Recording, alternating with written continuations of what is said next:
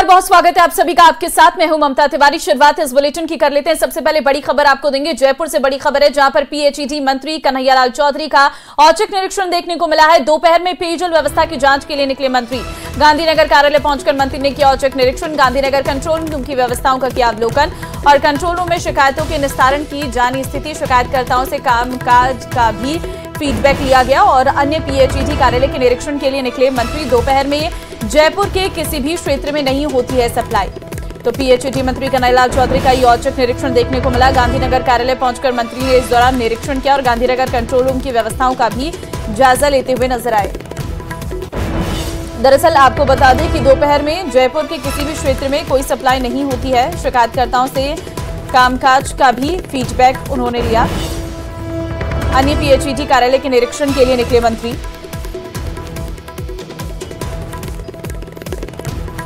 संवाददाता राकेश इस वक्त फोनलाइन पे हमारे साथ है। राकेश, पीएचईडी मंत्री कन्हैयालाल चौधरी का औचक निरीक्षण, क्या कुछ इस दौरान मंत्री को देखने को मिला?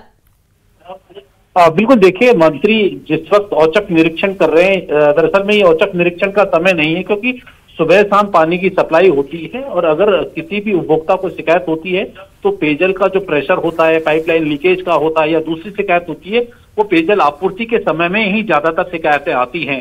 अब चूंकि दोपहर में किसी तरह की कोई उपभोक्ता शिकायत नहीं करता है, ना ही जो सप्लाई या उसकी कोई बात सामने आती है, ऐसे में अचानक मंत्री, चूंकि मुख्यमंत्री ने सुबह अपने कार्यालय बुलाया था, जिस तरीके से उन्होंने पानी की व्यवस्थाओं को लेकर के जो है पल्ला झाड़ा था कि उनकी बस की बात नहीं है, वो कोई हनुमान जी या बालाजी नहीं है जो फूंक मार करके पानी ले आएंगे। उसके बाद मुख्यमंत्री ने गंभीरता से लिया। मुख्यमंत्री से वार्ता के बाद ही जलदाय मंत्री निकले हैं, लेकिन जिस समय वो निकले हैं उस समय। ठीक है राकेश, बहुत धन्यवाद आपका तमाम जानकारी देने के लिए। और चलिए आगे बढ़ते हैं। जयपुर से एक बड़ी खबर आपको देंगे। गर्मी की वजह से छात्र की मौत।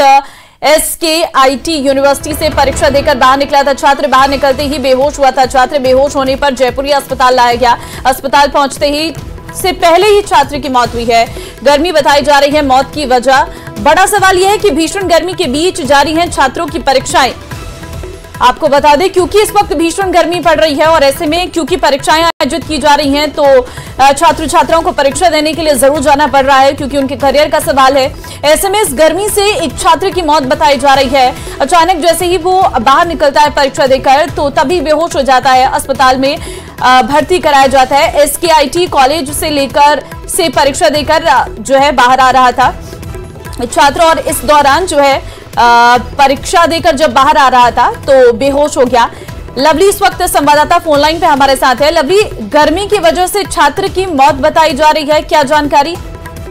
देखिए, बिल्कुल अभी सूचना मिली है कि राजधानी जयपुर के जो जगतपुरा का इलाका है, वहां पर स्थित जो SKIT कॉलेज है, वहां पर परीक्षाएं चल रही थी। तो परीक्षा जो थी, वो परीक्षा देने के ठीक बाद जो है वो ये छात्र बाहर निकला था। इस दौरान जो है बताया जा रहा है छात्र वहां पर बेहोश हो गया और बेहोश होने के बाद में छात्र को वहां पर जो है वो एम्बुलेंस की मदद से जो है SKIT कॉलेज से जयपुरी अस्पताल भेजा गया। लेकिन जयपुरी अस्पताल जैसे ही भेजा गया, बताया जा रहा है कि अस्पताल में ये युवक जो था, जो छात्र था, ये मृत अवस्था में वहां पर जो है जो चिकित्सीय जांच की गई तो उसमें ये मृत अवस्था में वहां पर मिला। अभी संभवतः इसी की मौत गर्मी से बताई जा रही, क्योंकि डिहाइड्रेशन एक बड़ा कारण है। इस वक्त लगातार यही कारण सामने आ रहा है। फिलहाल जो है वो मौके पर अभी फिलहाल जो पुलिस के जो लोग जो हैं वो भी वहां पर पहुंचे हुए हैं और जयपुरिया कॉलेज के जो चिकित्सक हैं वो इस पूरे मामले की जांच कर रहे हैं कि आखिरकार जो छात्र है उसकी किस तरीके से मौत हुई। लेकिन बड़ा सवाल यह है कि भीषण गर्मी के बीच में जो परीक्षाएं हैं वो चल रही हैं और परीक्षाओं का ना समय बदला गया है, ना परीक्षाओं के अंदर बेहतर पीने के पानी के इंतजाम है, ना कूलर, पंखे, AC के इंतजाम है, जिसके चलते ये कह सकते हैं कि एक लापरवाही का अंदेशा जो है वो जताया जा रहा है। और भीषण गर्मी के बीच में ये पूरे का पूरा जो है ये मौत का जो कारण है वो बताया जा रहा है। लेकिन अभी पोस्टमार्टम जो है वो करने की बात कही जा रही है कि पोस्टमार्टम के बाद में स्पष्ट रूप से स्पष्ट हो पाएगा कि आखिरकार ये गर्मी से ही मौत है या कोई और कारण रह सकता है, क्योंकि युवक की उम्र महज, जो छात्र है उसकी उम्र महज 22 साल इस युवक की, छात्र की उम्र है। और 22 साल का छात्र अगर जो है वो कॉलेज से बाहर निकलता है, अचानक बेहोश हो जाता है, बेहोश होने के बाद उसकी मौत हो जाती है, तो वाकई एक बहुत बड़ा सवाल खड़ा होता है कि आखिरकार जो जयपुरिया अस्पताल ले जाने से पहले जो SKIT कॉलेज है उसने वहां पर क्या इंतजाम जो है वो किए थे बच्चों के लिए, वहां पर किस तरह के आपातकालीन इंतजाम है। और लगातार बताया जा रहा है कि गर्मी के चलते जो है बेहोशी की घटनाएं लगातार बढ़ रही है। तो ऐसे में एक बड़ा सवाल खड़ा होता है SKIT कॉलेज पर कि आखिरकार SKIT कॉलेज के प्रशासन ने समय रहते इस पूरे मामले की सूचना पुलिस को बिल्कुल बड़ा सवाल है, क्योंकि लवली भीषण गर्मी पड़ रही है और इस बीच परीक्षाएं होना अपने आप में बहुत बड़ा सवाल है। लवली, बहुत धन्यवाद आपका तमाम जानकारी देने के लिए।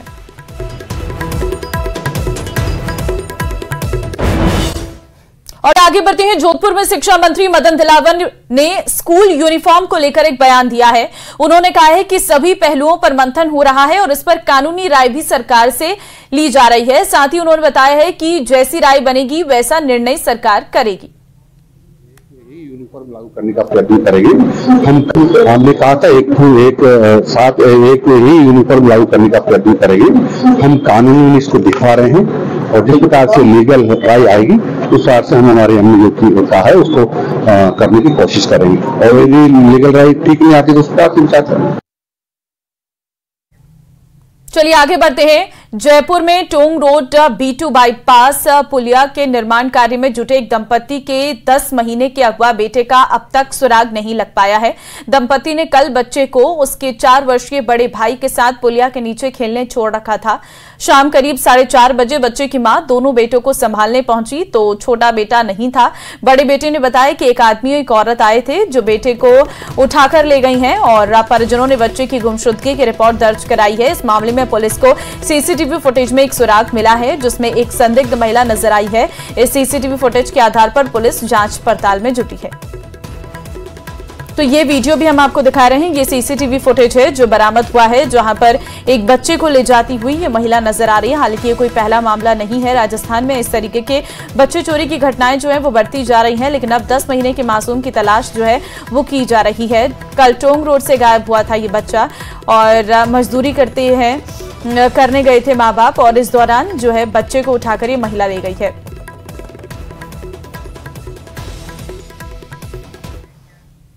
चलिए आगे बढ़ते हैं। झुंझुनू से बड़ी खबर आपको देंगे जहां पर किडनी कांड पर अब तक की सबसे बड़ी अपडेट निकलकर सामने आई है। कलेक्टर चिन्मय गोपाल पहुंचे धनखड़ अस्पताल और अस्पताल को सीज करने की कार्रवाई शुरू कर दी गई है। अस्पताल का रिकॉर्ड किया जा रहा सीज। अस्पताल में भर्ती मरीजों को किया जाएगा शिफ्ट। 5 डॉक्टरों की टीम भी पहुंची धनखड़ अस्पताल। खबरें दिखाने के बाद चिकित्सा मंत्री ने आदेश दिए थे।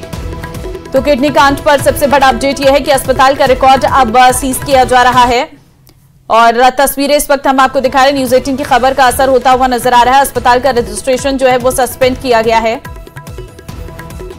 सरकारी योजनाओं की लिस्ट से हटाया गया है ये अस्पताल। आरोपी डॉक्टर के खिलाफ कार्रवाई के आदेश भी दिए गए हैं।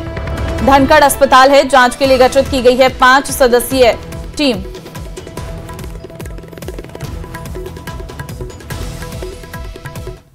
राजस्थान में भीषण गर्मी का प्रकोप जारी है, लेकिन माध्यमिक शिक्षा विभाग के कर्मचारी को गर्मी को ज्यादा लग रही है और निजात पाने के लिए बरमूडा और टी-शर्ट पहनकर ऑफिस पहुंच गए। फिर क्या हुआ आप खुद देख लीजिए।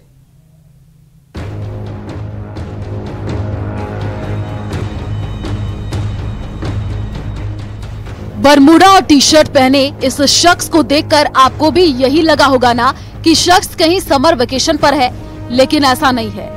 ये तस्वीरें हैं अजमेर के माध्यमिक शिक्षा बोर्ड कार्यालय की, जहां बढ़ते तापमान की वजह से शैक्षिक विभाग का अनुभाग अधिकारी राजेश टेक चांदनी बरमूडा और टी-शर्ट पहन करके पहुंच गए और अधिकारियों के सामने बैठ करके बातचीत करने लगे और कहा, मैं कर्मचारी नहीं अधिकारी हूं। थोड़ी सी इनकी बातों का लहजा भी सुन लीजिए। मैं स्वामी चैतन्य योगी ओशो अभियान से मैं एक छोटा सा कर्मचारी बोर्ड ऑफिस का हूँ। ये समझते हैं बोर्ड ऑफिस वाले कि मैं इनका कर्मचारी हूँ, मैं इनका अधिकारी हूँ। यही नहीं, जब राजेश टेक चांदनी को ये सब पहन करके नहीं आने को कहा गया और बताया गया कि ऑफिस का ड्रेस कोड नहीं है, तो उनके स्वर बदल गए और खुद को इंटरनेशनल बंदा बताया। आपने नियम निकाला कि ये मैंने हाजिर किया है। सर को एतराज हुआ कि मेरे पास ड्रेस कोड नहीं है, कैसे ड्रेस कोड लागू किया जाए, दिलवाया जाए सबको। अभी मोदी भी आएंगे, मोदी से मैं लाइव चल रहा है मोदी के पास। और जब बरमूडा वाले कर्मचारी को समझाया गया तो बहस का ठीकरा अधिकारी के सिर पर ही फोड़ने लगा और कहा, आप मुझे उकसा रहे हो और न जाने क्या क्या। उन्होंने ये तक कह डाला, अब तो मैं विरोधी पाले में आ गया हूँ। आपकी जितने भी सारी हम सब कर देंगे। अब क्योंकि हम विरोधी पाले में आ गए ना, कोई मैं तो मजा नहीं, तो लड़ने का कोई लड़ने वाला तो उन्होंने लड़ो किससे, तो नहीं मिला के लड़ने के लिए। वहीं राजेश टेक चांदनी का बरमूडा वाला वीडियो सोशल मीडिया पर वायरल हो गया। इधर वीडियो वायरल होने के बाद माध्यमिक शिक्षा बोर्ड के सचिव कैलाश चंद्र शर्मा ने तत्काल एक्शन लिया और राजेश टेक चांदनी को निलंबित कर दिया। वहीं कर्मचारियों को इस तरीके के कृत्य को दोबारा न होने की चेतावनी दी है। इसके साथ ही कार्यालय में ड्रेस गाइडलाइन की पालना के निर्देश दिए हैं। नौतपा चल रहा है और गर्मी का प्रकोप भी बढ़ रहा है, लेकिन इसका मतलब ये नहीं कि माध्यमिक शिक्षा बोर्ड कार्यालय में कर्मचारी बरमूडा और टी शर्ट पहन करके आ जाए। बहरहाल माध्यमिक शिक्षा बोर्ड के सचिव ने एक्शन ले लिया है। अजमेर से अशोक सिंह भाटी की रिपोर्ट, न्यूज़ 18 राजस्थान। और अब खबर अलवर से है, जहां दोस्त के साथ खेत पर नहा रहा मासूम अचानक 100 फीट गहरे गड्ढे में गिर गया है। कच्ची दीवार गिरने से हुए हादसे के बाद आसपास चीख पुकार मच गई। शोर सुनकर मासूम के पिता मौके पर पहुंचे और उन्होंने पुलिस प्रशासन को इसकी सूचना दी है। मौके पर पहुंची राज्य आपदा प्रबंधन की टीम ने करीब 1 घंटे के रेस्क्यू ऑपरेशन के बाद बच्चे को सकुशल बाहर निकाला है। मासूम को फिलहाल हॉस्पिटल में एडमिट कराया गया है, जहाँ डॉक्टर्स की एक टीम उसकी जाँच कर रही है।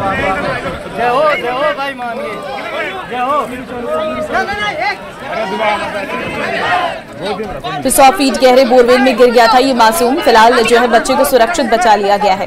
लक्ष्मणगढ़ थाना क्षेत्र के कनवाड़ा गांव में, जहां पर एक 5 साल का मासूम गोलू एक बोरवेल के बगल में, यूं कहें कि छोटा कुई जो ग्रामीण क्षेत्र में कहते हैं कुआं, उसके बगल में एक झिरी थी। उस झिरी में करीब 15 से 20 फीट नीचे गिर गया था और करीब 2.5 घंटे तक रेस्क्यू किया गया। रेस्क्यू करने के बाद उस बच्चे को बाहर निकाल लिया गया है। फिलहाल उसकी स्थिति सामान्य है। लेकिन बात की जाए तो जाको राखे साइयां मार सके ना कोई, वो वाली कहावत यहाँ देखने को मिली है कि एक बच्चा जिस झिरी में गिरा था कुएं के बगल में, वहां पर 2 सांप थे। उस सांपों के बीच में 2.5 घंटे बच्चे रहा है और उसके बावजूद सांपों ने उनको कोई नुकसान नहीं पहुंचाया और सुरक्षित बच्चे को बाहर निकाल दिया गया है। किस तरीके से बच्चे को निकाला गया है? और सर वो साइड में झिरी थी, झिरी के साइड में वो बोर थी, बोर के अंदर कुइया थी, उसकी झिरी काटी थी, चूड़ी काट के फरमा काट के जब निकाला था बच्चे को। किस तरीके से रेस्क्यू हुआ, कब ये घटना हुई थी और किस तरीके से बच्चे को निकाला? ये सर 10 बजे के समथिंग बच्चा गिरा था इसमें।